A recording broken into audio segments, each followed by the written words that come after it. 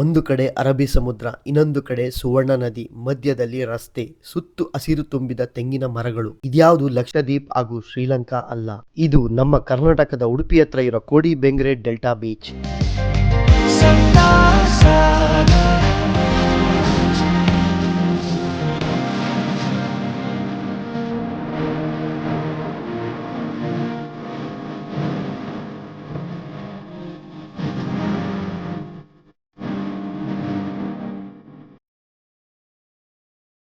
ಈ ರಸ್ತೆಯಲ್ಲಿ ಸಾಗ್ತಿದ್ರೆ ಕರಾವಳಿಯ ನಿತ್ಯ ಜೀವನ ಶೈಲಿಯ ಬದುಕು, ಒಂದು ದಡದಿಂದ ಮತ್ತೊಂದು ದಡಕ್ಕೆ ಸಾಗುವ ಬೋಟುಗಳು ನೋಡೋದೇ ಒಂದು ಕಣ್ಣಿಗೆ ಹಬ್ಬ.